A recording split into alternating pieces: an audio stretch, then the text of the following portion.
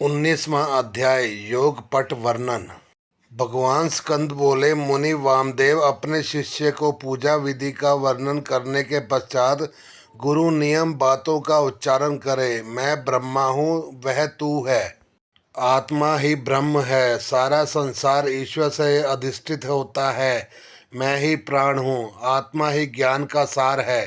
प्रज्ञान आत्मा ही यहाँ विदित अवस्थित है। वही तुम्हारा मेरा अर्थात सबका अंतर्यामी है। वही ज्ञान रूपी अमृत है। वह एक ही पुरुष के में और अद्वितीय में है। वही परब्रह्म मैं हूँ, सबसे परे और सबका ज्ञाता और वेद शास्त्रों का गुरु मैं ही हूँ। इस संसार में सारे अनंत का क्षण में मैं ही हूँ। सर्वभूतों के हृदय में व्याप्त रहने वाला मैं ही ईश्वर हूँ। सारे तत्वों को और पृथ्वी का प्राण मैं ही हूँ। मैं ही जल और तेज का प्राण हूँ। आकाश और वायु का प्राण मैं हूँ और मैं ही त्रिगुण का प्राण हूँ।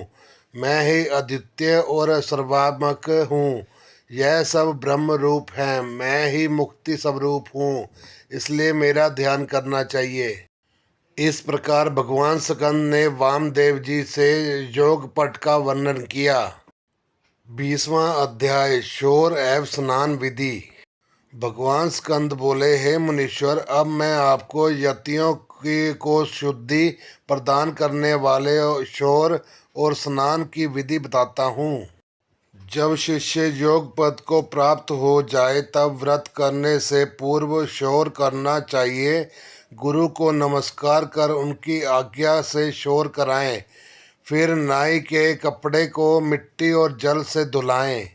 फिर शिव नाम का उच्चारण करते हुए हाथ को अनामिका और अंगूठे को अभिमंत्रित करें।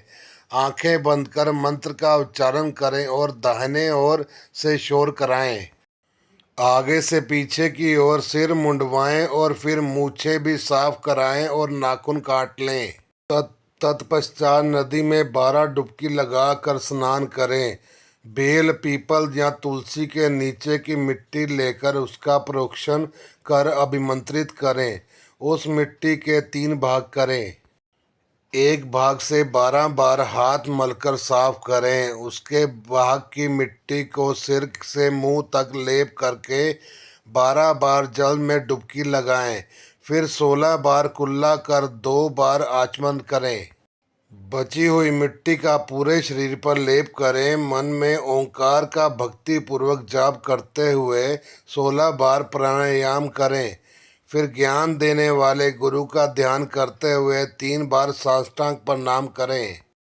तत्पश्चात तीर्थ स्थान के जल में डुबकी लगाते हुए त्रिलोकीनाथ कल्याणकारी भगवान शिव का स्मरण करें।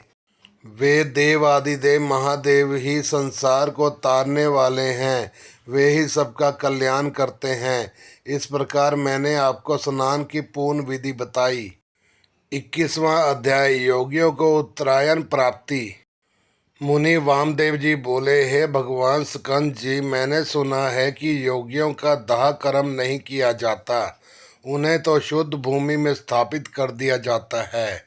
क्या यह सच है? तब मुनिवर के प्रश्न का उत्तर देते हुए असुर निकंदन स्कंद जी बोले, हे मुनिवर, यह प्रश्न एक बार महान शिव योगी भृगु ने स्वयं सर्वज्ञ त्रिलोकीनाथ भगवान शिव से किया था। उस समय जो शिवजी ने बताया था वही मैं तुम्हें बताता हूँ। यह परम ज्ञान सब साधारण मनुष्यों के लिए नहीं है।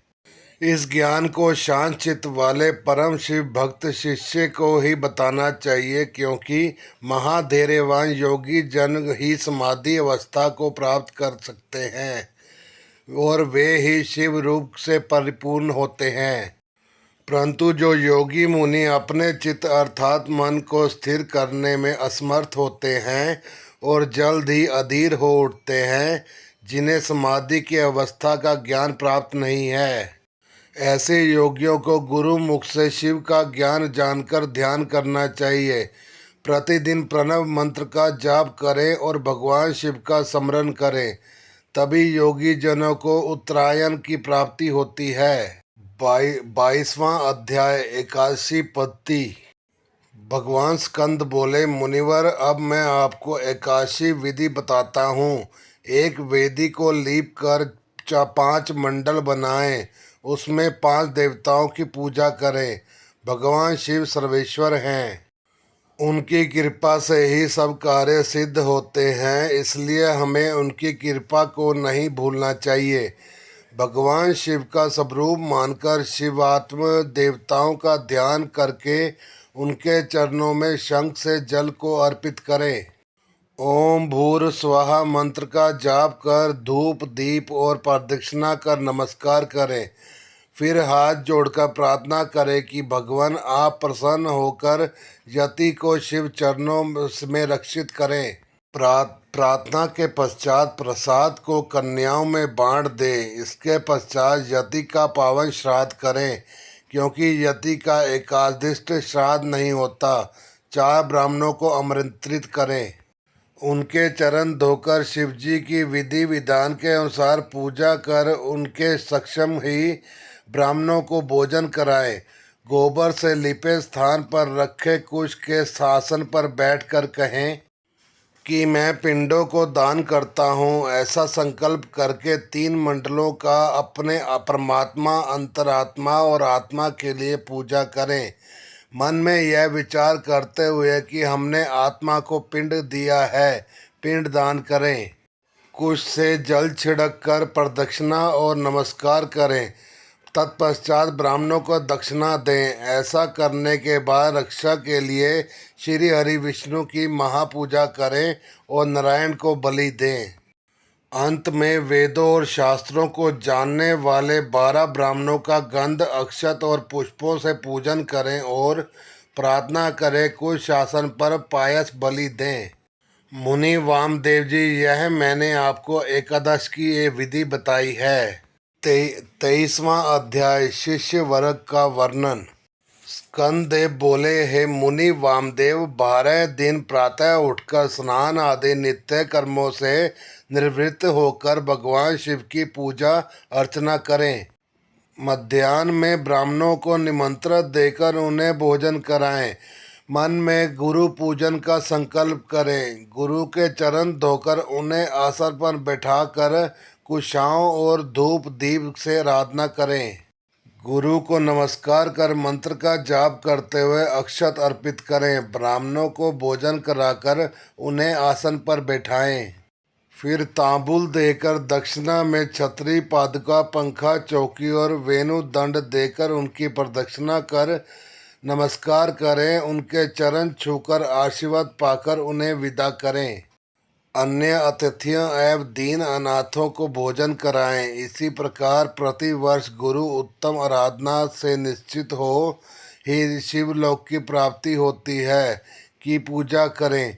गुरु की मुनिवर वैशंपायन, पेल, जैमिनी और सुमंत्रु नामक 4 महामुनि तेजस्वी व्यास के शिष्य हैं। वामदेव अगस्त्य, पुलस्त्य और कुत्र योगेश्वर सनत कुमार जी के शिष्य हैं। ये सभी मुनि अद्भुत और भगवान शिव के परम भक्त हैं। इन्होंने ही पंच महाभूतों से अर्व्या वेदांत सिद्धांत का परम निश्चय किया है। यह मोहनाशक, ज्ञानदायक और संतोषदायक हैं। यह जगत का कल्याण करने वाला और लक्ष्मी प्रदान करने वाला है।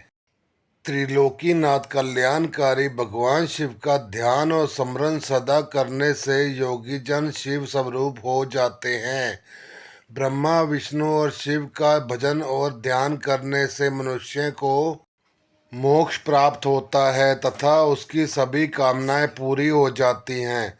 कल्याणकारी देवादिदेव महादेव जी की आराधना सभी दुखों का नाश कर सुख प्रदान करने वाली तथा भोग मोक्ष देने वाली है।